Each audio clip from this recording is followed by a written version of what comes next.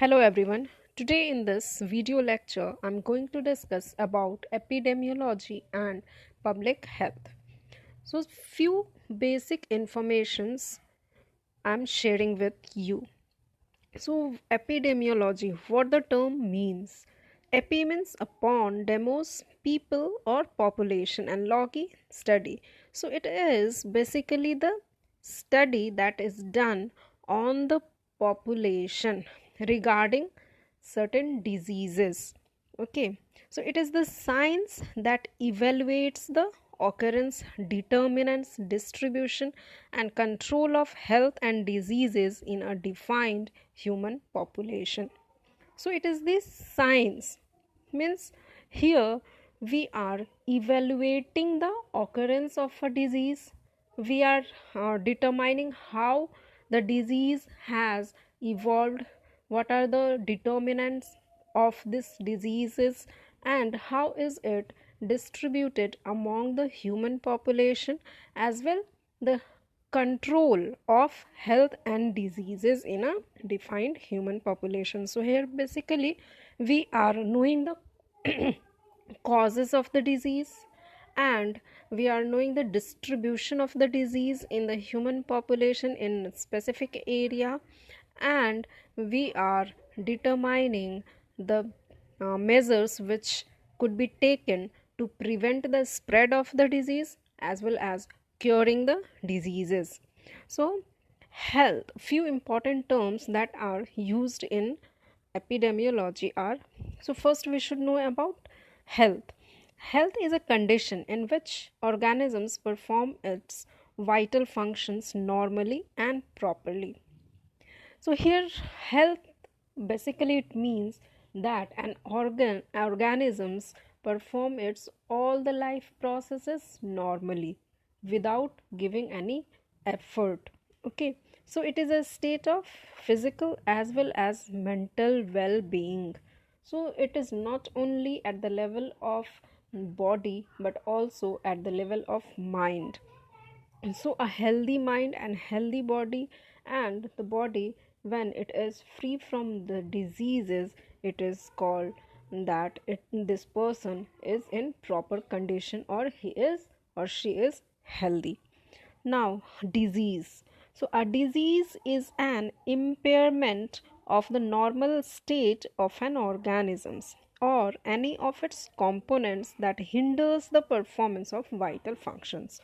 So in our body many vital functions are occurring, like breathing, circulation of the blood, and digestion, and lots more there. So if there is any impairment, if any changes that is not normal, okay, so the this condition will be called as disease. So here it is a response to the environmental factors. So the causes of disease may be the environmental factors also, like malnutrition. If a person is not getting proper nutrient, then he will be malnutrient, and due to the improper nutrition in their body there will be many diseases and many abnormalities may be created. Industrial hazards means many harmful chemical substances can be emitted from the industries in the air, like air pollution, water pollution, even the soil pollution, even the what it is called many harmful radiations can be emitted from the industrial area. So if the people living surrounding those area, they are going to be affected, and they can have many diseases due to the industrial hazards.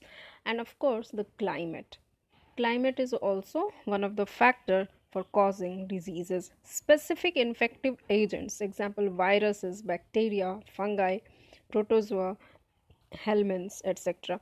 So these are the infectious microorganisms which may cause diseases. Inherent defect of the body. Now inherent defect will be the on the basis of genetic level. So genes mal functioned gene, it means that any error in the genetic makeup happen and it is passed to the offspring, it is going to cause a genetic disorder, or it may be hereditary also. So many genetic diseases can be seen and immunological disorders too. So all these in combination can cause diseases to a person. Now, epidemiology is an integral component of public health practice.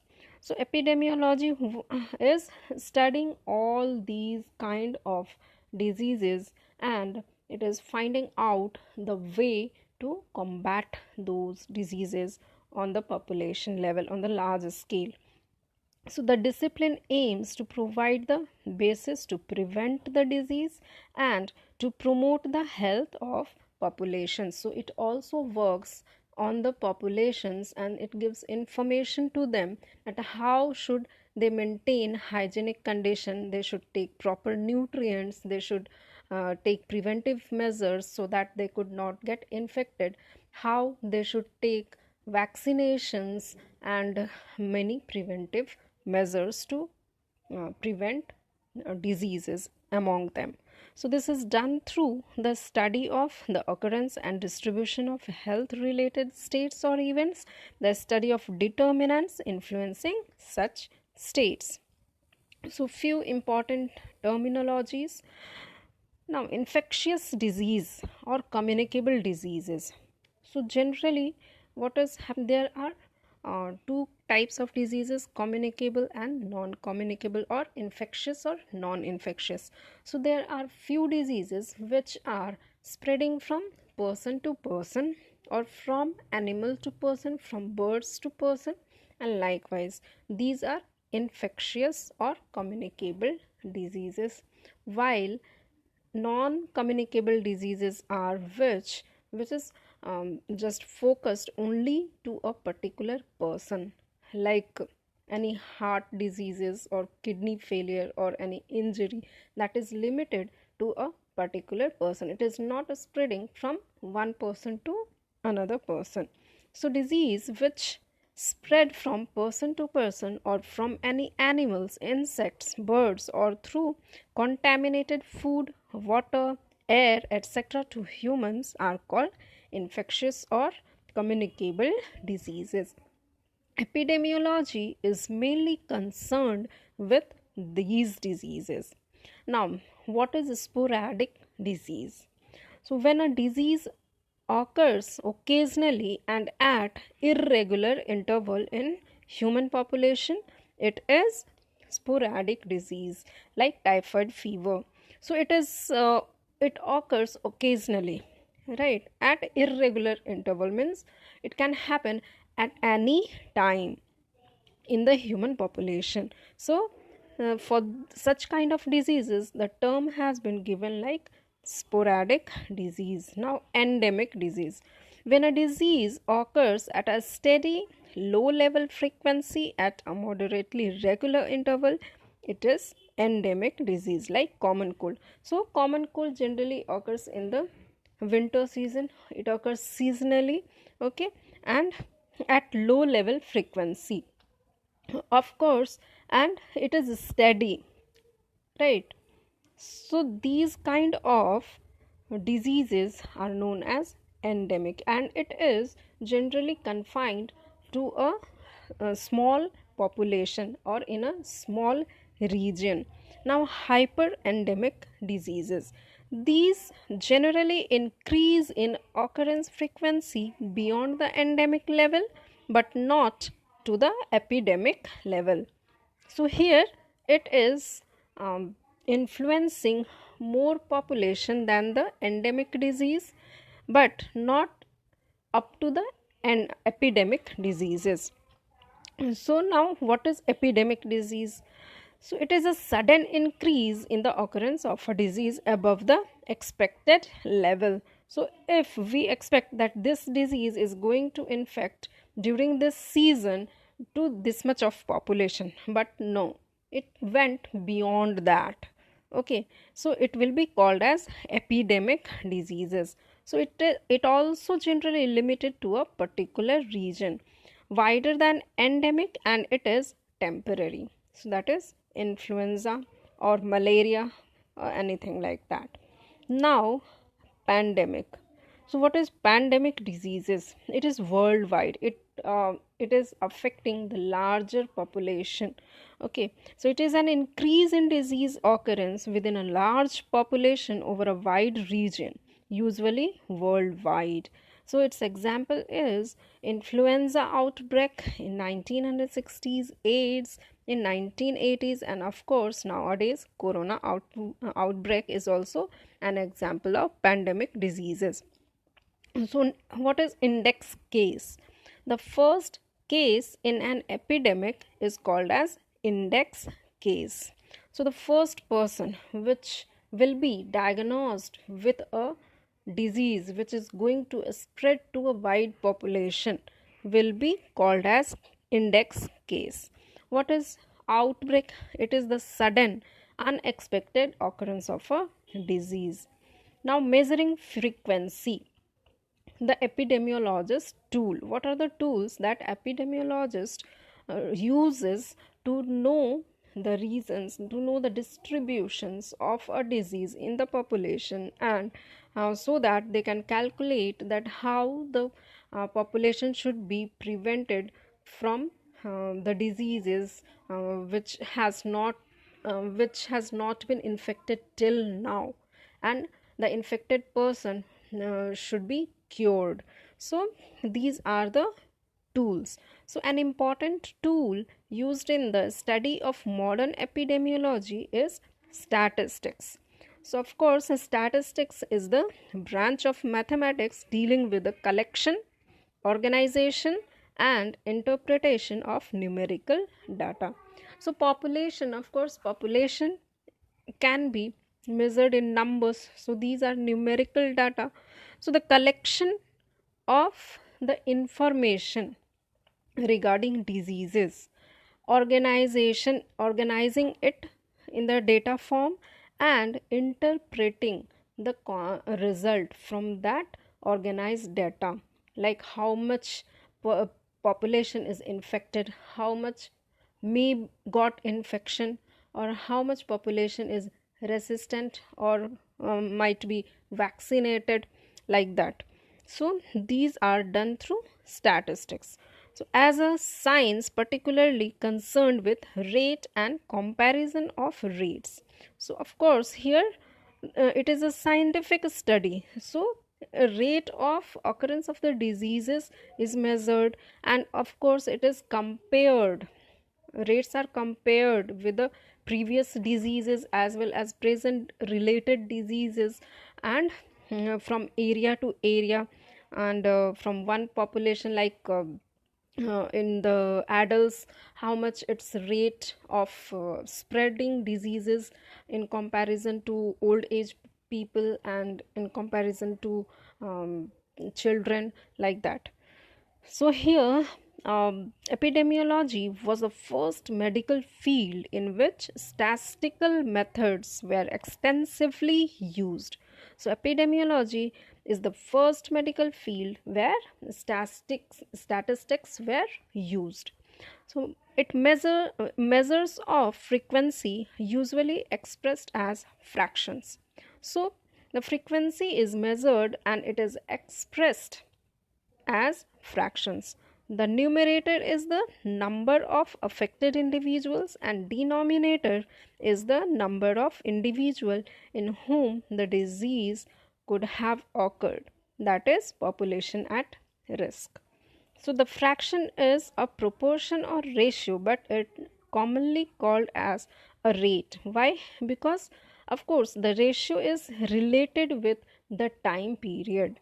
So we are calculating how much population is affected with the diseases and how much population is at risk at a specific time or within a particular duration. So when we are relating something with a time, it is called as rate. So a rate can also be expressed as a percentage. As for example, in population statistics, rates usually are stated per thousand individuals. So per thousand individuals, it is expressed generally.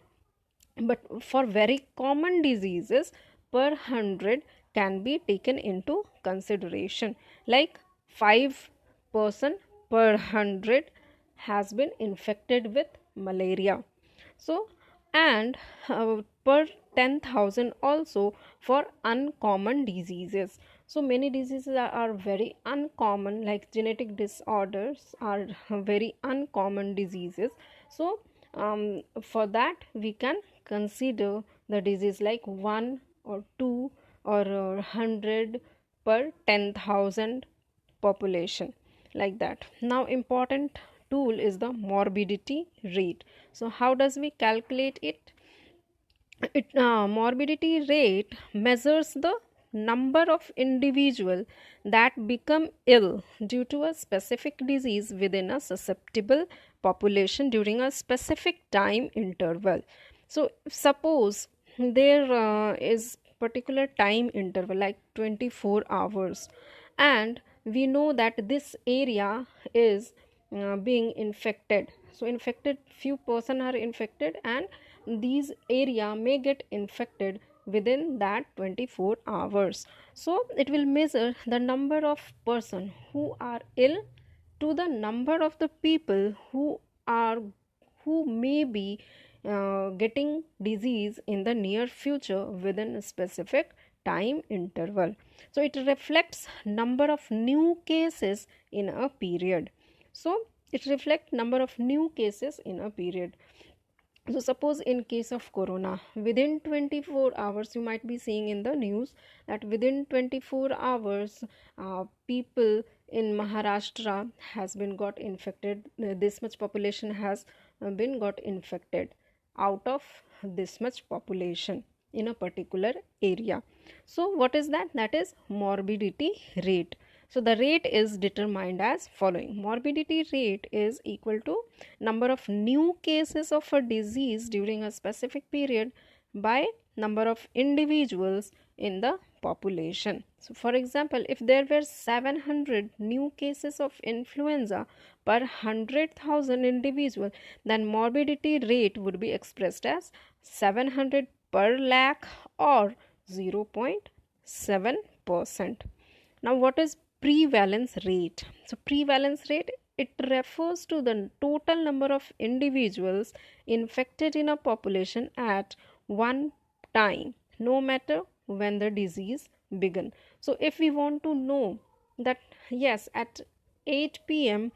or at particular time, a particular date, how many total person were infected in a particular area. So we know the total population of that area, and also we have data related to the infected person. So we can measure it for the particular time. So here no matter when the disease has begun.